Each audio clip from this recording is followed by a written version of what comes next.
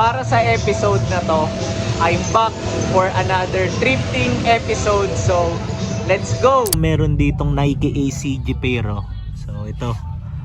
Showcase ko lang kahit na hindi ko trip yung ganitong silhouette.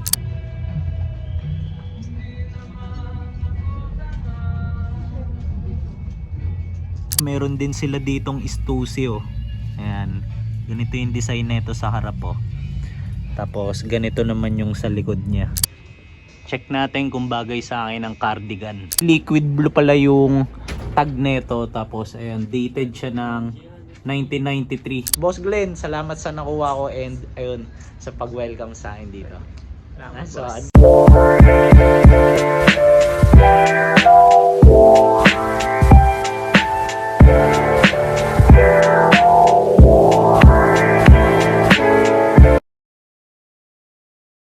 Yo!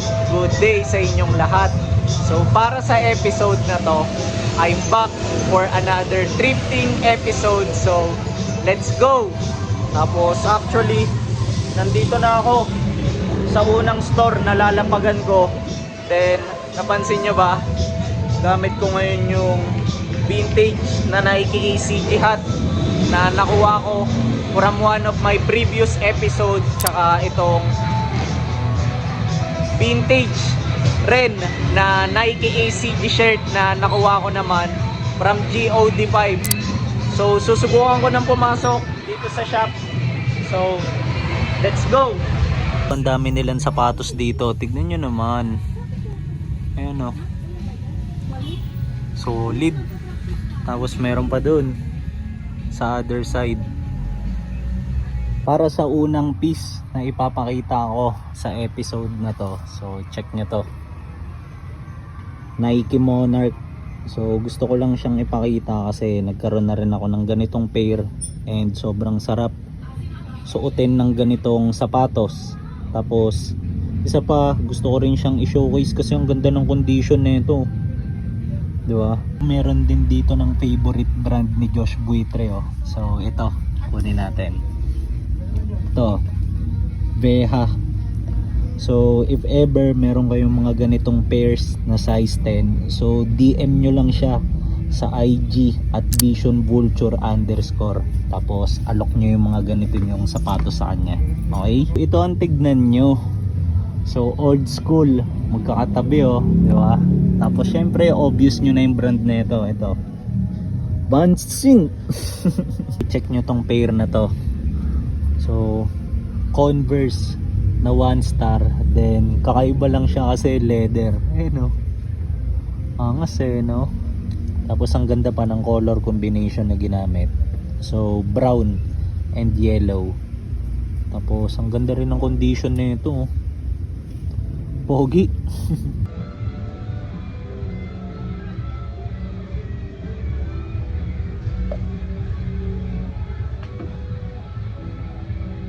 Ganda nito. So 3-eyed na Timberland boat shoes. So ito yung logo niya. Tapos kapag ka sa malapitan, mahalata nyo na maganda yung quality ng leather no? Ayan no. Tsaka ang ganda rin ng condition nito. Tsaka yung kulay, angas. Tignan nyo tong pair na to. So yung brand niya is ito, Boss. Ano ba yan, Boss?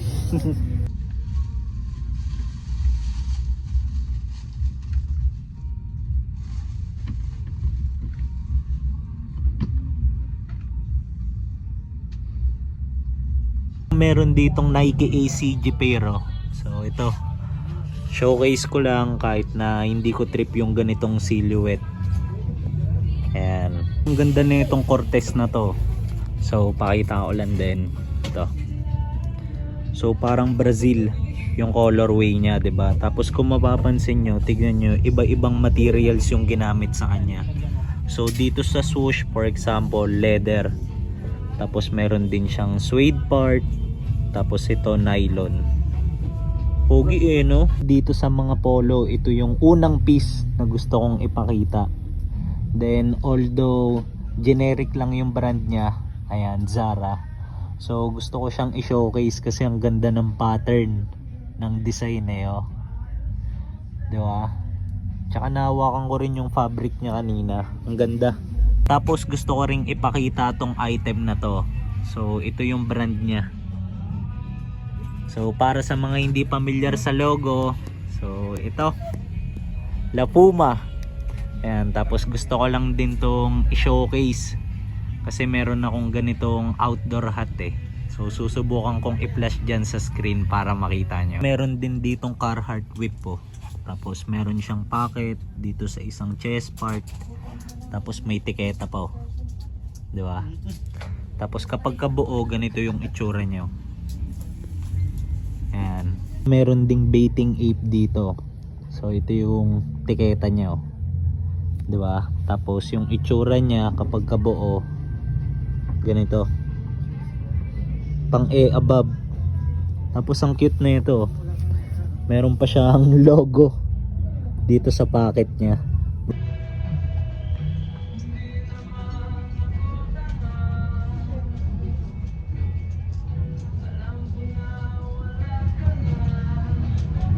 Tignan nyo tong item na to. So although hindi ako familiar sa brand niya, so ito yung tiketa niya. And so gusto ko lang siyang i-showcase kasi tignan nyo naman yung details niya.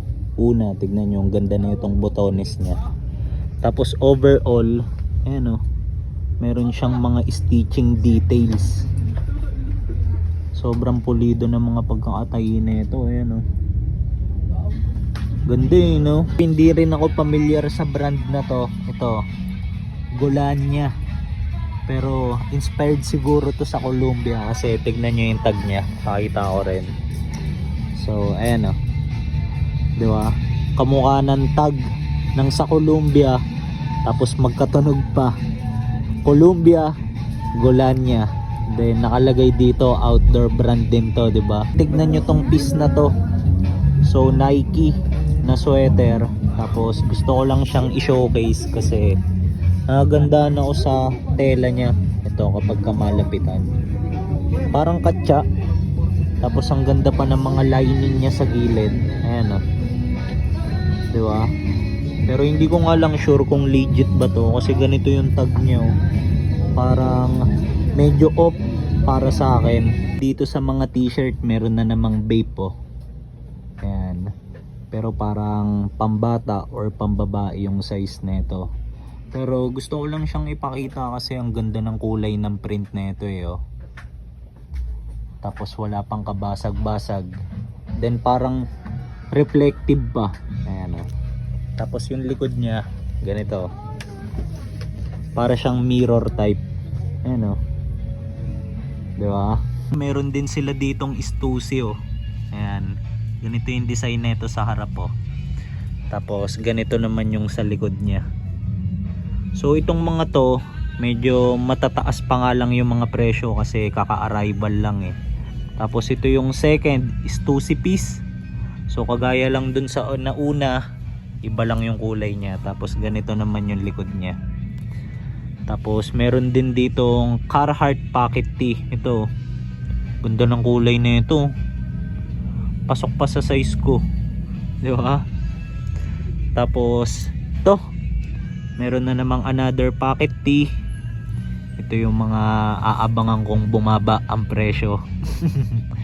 Ayan, tapos itong last Carhartt whip naman.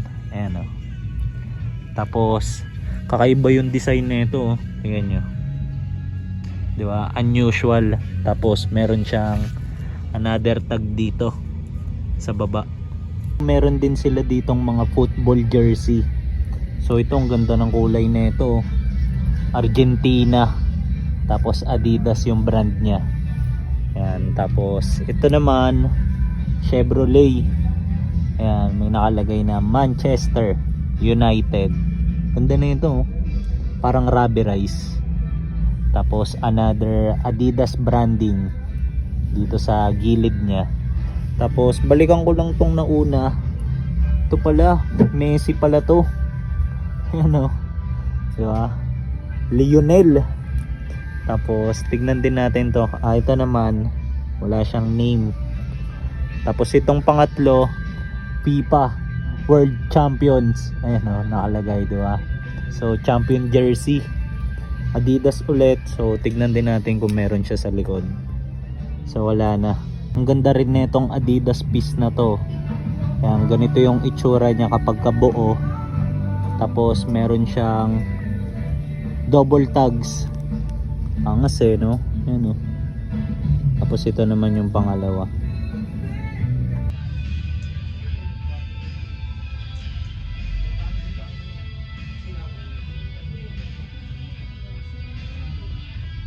Ang kulit ng piece na to. So yung brand niya is New Balance. Tapos gusto ko lang siyang ipakita kasi tignan nyo yung nakalagay na text sa design niya. Runners aren't normal. Wala lang, mahilig din akong tumakbo di ba? Tignan nyo rin tong shirt na to. So gusto ko lang siyang ipakita, although hindi ako familiar sa brand niya, which is ito, Aftermath. Pero na-appreciate ko lang siya kasi ang ganda ng details and quality ng gawa nila. Tingnan nyo, merong embroidered part. Tapos ang ganda ng mga print. Ayan o. Meron ditong isang shirt na ito yung brand nyo, Wild Oats. Tapos hindi ko lang sure kung ito rin ba yung same brand na mataas yung value pagdating dun sa mga vintage shirt. Tignan nyo tong piece na nakita ko. So ang brand is Bermuda. And naalala ko lang si Boss Nice from Bermuda Market PH. Shoutout sa'yo, Boss Nice. Yo! Tapos na ako dito sa unang spot and ito yung mga nakuha ko. So ang next move ko naman ngayon is pupunta rin ako sa shop ng isang tropa malapit dito. So doon nyo naman ako samahan. Let's go! Gamit ko pala ngayon ang favorite Nike ACG pair ko. And nandito tayo ngayon dito. Ayan. So 0.5 ko lang sa Afro Hits thrift shop. Tapos may nakalagay mahal na ukay. Ukay na mahal, diba? Tapos ito yung mga nakasabit sa labas. So actually nakapunta na rin ako dito before. Then reels lang yung ginawa ko that time. Pero this time ito, ang humi natin si Boss Glenn, owner neto. Ayan. Boss, ano nga ulit name mo? Jidel. Mike ulit, bossing. Tapos tinanong niya kung saan daw ako nagbablog. So nilid ko siya dito sa YouTube natin, syempre. Tapos nag-subscribe si bossing. So boss, sobrang salamat. Bago natin isa-isahin ang mga item dito, so pakita ko lang muna to. So check nyo yung hoodie dito sa Gedli. Mayroon lang print ng I Love Afro Hits.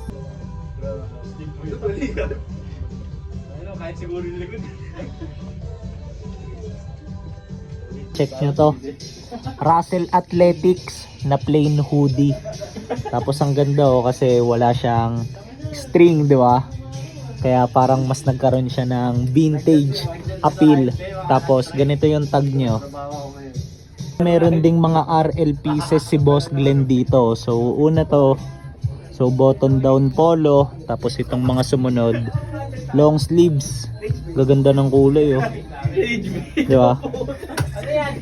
May nakita ako ditong Akira shirt ito tapos medyo faded na nga lang yung graphic niya. Ayan pero still ang pogi pa rin.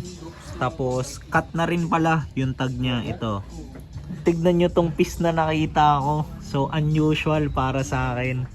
So Reebok na olive green track pants. Tapos ang ganda kasi baggy siya.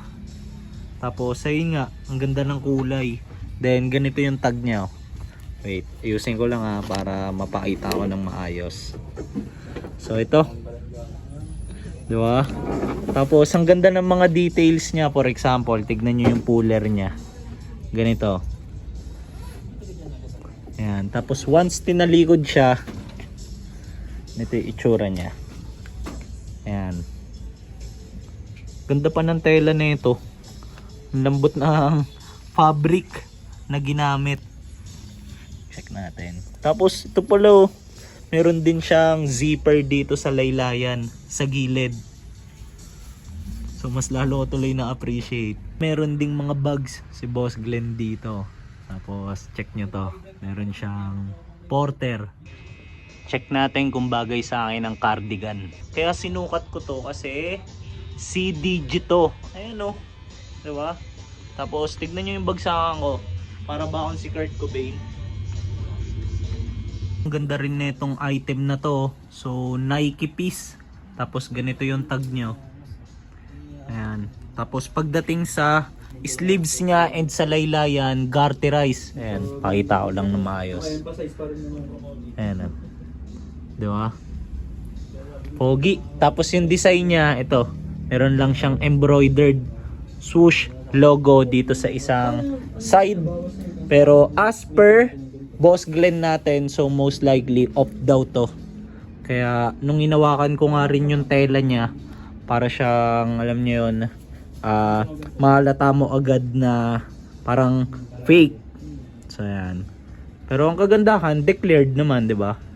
So yan. Pero para sa akin still ganda na itong item na to kasi ang ganda ng kulay. Tapos sinukat ko pa sakto sa akin yung fitting. Tignan nyo tong Harrington jacket na to. Windows. Ayan o. Diba? Tapos meron siyang small detail ng embroidered branding dito sa gilid. Pogi na ito. Tapos heavyweight masyado yung fabric na ginamit. Parang wool. Pakita ko ng malapitan na. Ayan o. Angas. Tignan nyo tong mga pieces na to. So una na to. Ayan o. X-Men. Na button down polo. Tapos ayan o. Meron siyang Wolverine. Di ba? Na AOP. Ganda o. Boy na boy yung details. Tapos itong second item naman. So Honda. Na red cap. Ganda ng details na ito. Tignan nyo naman yung sleeve hit niya. Yan o. Pogi. Diba? Tsaka yung kulay.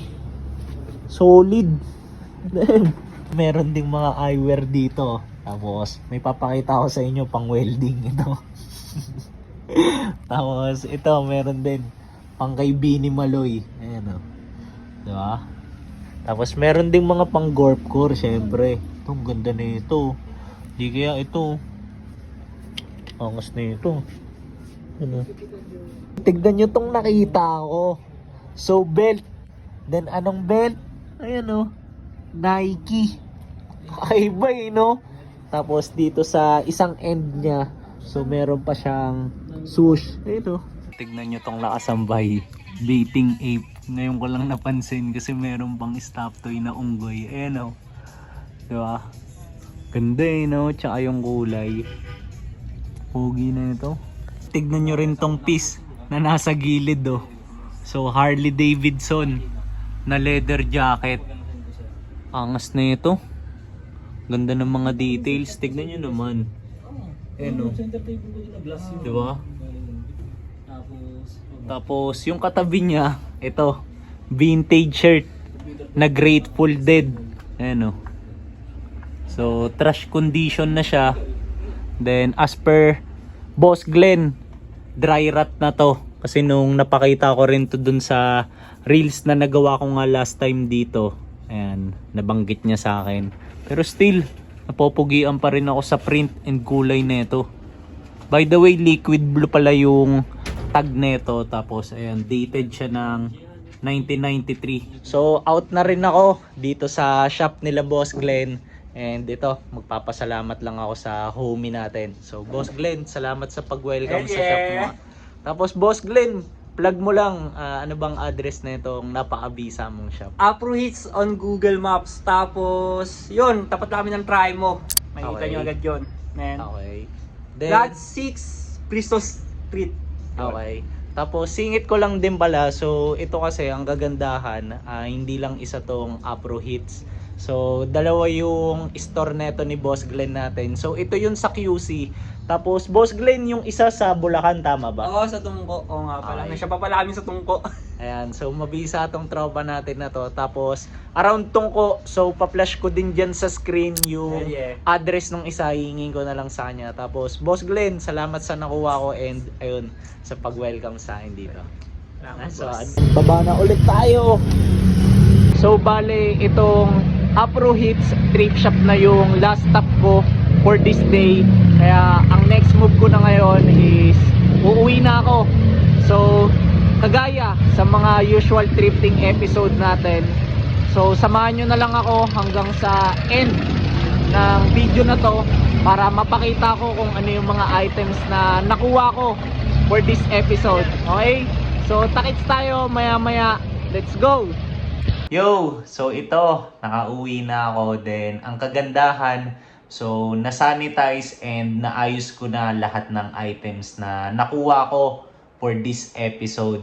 Tapos gaya nga ng nabanggit ko kanina, so dito sa outro, syempre sa part ko na to ipapakita yung lahat ng mga pieces na nakuha ko. So hindi ko napapatagalin, start na natin. So let's go! So para sa unang item, ito. Charan! Nike na vintage hat. Tapos pagdating dito sa design niya sa harap, so embroidered to. Ayan o. Ayan. Meron nga lang siyang mga tama kung mapapansin nyo. Ayan o. Diba? Tapos hindi maiiwasan kasi medyo luma na siya eh. So pakita ko yung tag niya. Ayan. From 90s, diba? Tapos yung ibang details niya sa loob, so kung mapapansin nyo, medyo ayan, in beater's condition na siya, 'di ba? Ito nakalitaw na nga yung parang foam dito, 'di ba? Tapos dinampot ko 'to kasi bala ko tong gawing pambenta. Ayan. Pero if ever na hindi ko pa siya ma-dispose, so syempre gagamitin ko muna, 'di ba? Pero ayun, mas lamang sa akin yung side na pambenta ko to. Tapos para naman sa ating second item, so ito pair siya, then ito. So sandals. Then anong sandals? So matik nyo na, madalas akong makakuha ng ganito eh. Kin. So yung isa na lang yung i-review natin. So ito, ang size niya is 24 cm, so around size 5 in US. Tapos since maliit, syempre matik nyo na magiging pambenta ko to. Tapos kinuha ko siya kasi tignan nyo naman yung kulay, di ba? Triple black. So if ever madali siyang i-market kasi madaling bagayan. Tapos aside doon, maganda yung condition nito eh. Tingnan nyo. Wala siyang ganong heel drags. 'Di ba? Kung pasok nga sa size ko to, ito yung mga klase ng pair na gagamitin ko eh. Kasi ang ganda ng details eh. Tingnan nyo. 'Di ba? Ayan o. Tapos para naman sa ating third item, so ito, sandals ulit. Tapos pakita ko na sa inyo. So ito, kin ulit. Ayan. Then lapag ko lang din yung isa. So ito naman, ang size na ito is around size 8.5 to 9. Tapos ang bala ko dito, gagawin ko rin siyang pambenta. Then kinuha ko to kagaya dun sa isa kanina kasi tignan niyo yung kulay. 'Di ba? Ang ganda. Tapos para naman sa ating fourth item, so ito hindi na siya hat, then hindi na rin siya sapatos or sandals. So pakita ko na sa inyo. Okay ba? Ayan, shades. Tapos ito nakuha ko pala siya sa Afro Hits. So shout out ulit kay Boss Glenn natin.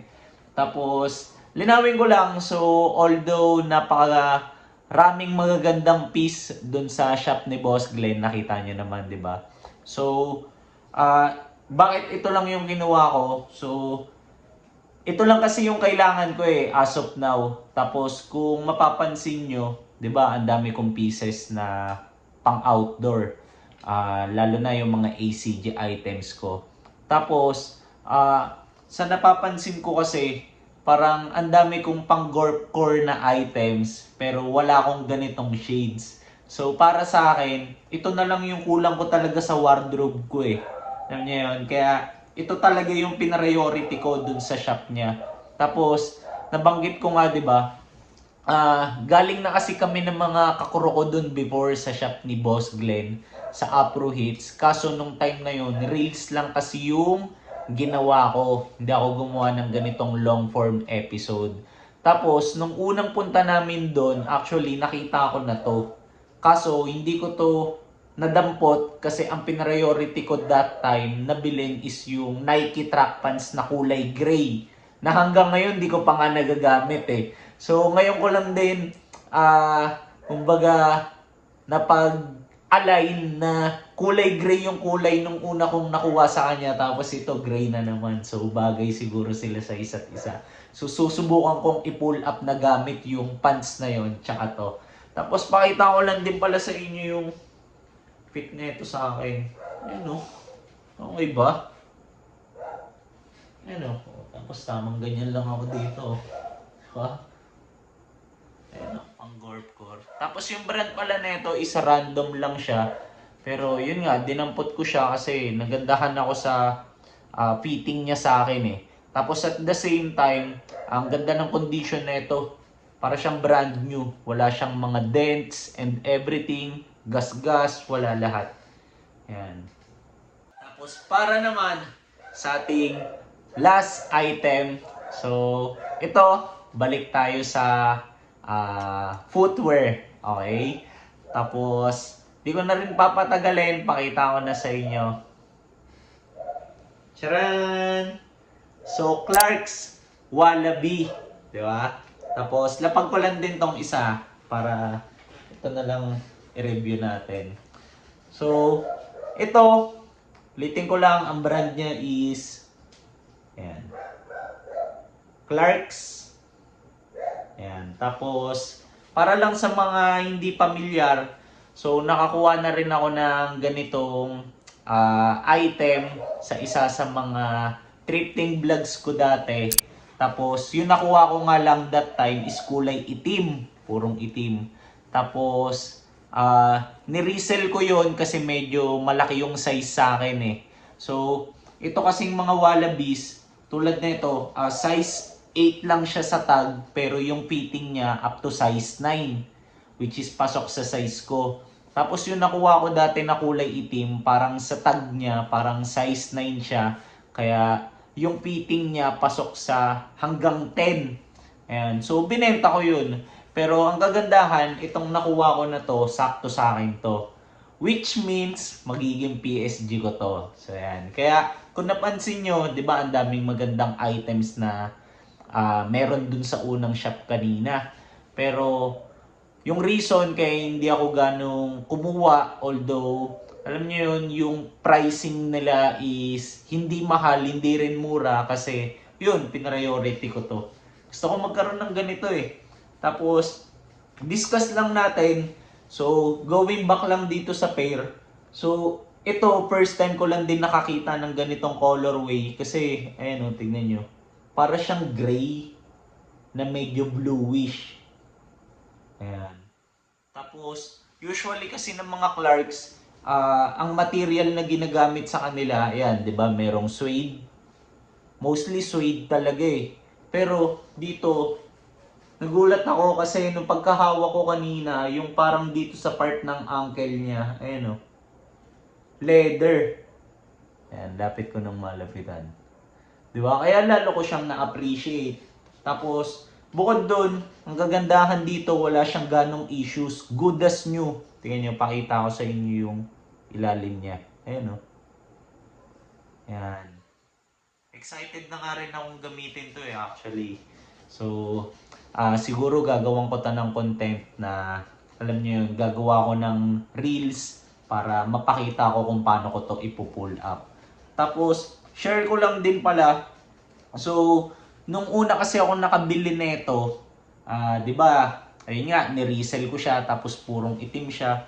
So, may isang viewer dito sa channel natin na parang minessage niya ako sa Instagram, tapos parang sabi niya, yun, parang, Kuya Mike, share ko lang, alam mo ba na itong Clarks Wallaby is, ito yung suot ni Walter White most of the time sa Breaking Bad series.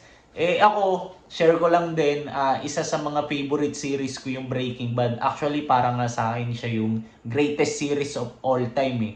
Tapos, yun, nagulat ako dun sa shinare sa akin na info ng viewer na yun. Tapos, sinearch ko yung mga, kumbaga, suot ni Walter White dun sa series. Tapos, yun nga, puro ganito nga most of the time yung gamit niya. Lalo na kapag ka naka-Harrington jacket siya. So, nakakatuwa. Tapos, dahil doon, lalo tuloy akong parang, alam niyo yun, na nagkaroon ng desire na magkaroon ng ganito. So, yan. Kasi nga, favorite ko yung Breaking Bad. Tapos, isa pa, ito kasing Clark's Wallaby, para lang sa mga hindi pamilyar. So, nagkaroon na rin to ng collaboration with Wu-Tang Clan. Di ba? Kung nakapollow din kayo sa IG ko, alam nyo rin na favorite ko talaga yung Wu-Tang Clan, yung rap group ng Wu-Tang Clan. Kaya nga nagpatato ko dito sa ulo ko ng cream eh, yung isa sa mga sikat nilang kanta, 'di ba? Cash rules everything around me. Di ba? So, ito yung ating last item, Clark's Wallaby. Di ba? Para sa akin, oo. Ayun, angas. Excited na ako gamitin to. Tapos nalinis ko na nga rin to eh. So since napakita ko na lahat ng items na nakuha natin na for this episode. So syempre, matik nyo na. Sasabihin ko na naman na comment kayo kung ano sa tingin nyo yung pinakamagandang piece yung nakuha ko sa lahat. Okay? Kasi para sa akin, if I were to comment as well dito sa sarili kong episode, so para sa akin yung Clark's ang best, and alam niyo yun, best buy ko for this video. Ayan. Pero if ever kayo, yun nga, bitaw nyo rin kung ano yung mga naiisip nyong ideas, kahit ano, basta lapag lang kayo dyan sa comment section natin sa baba.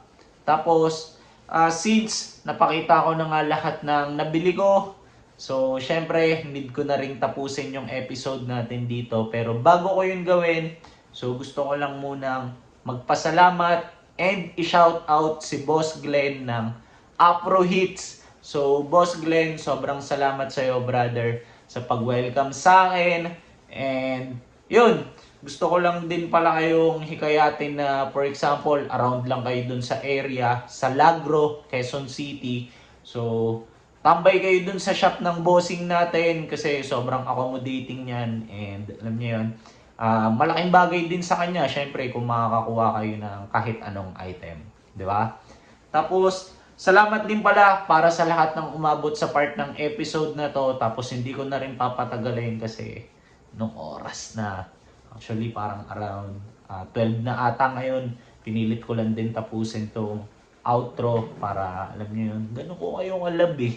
Diba? Para may bago tayong episode. So, see you na lang sa mga next kong upload and ingat kayong lahat. Let's go!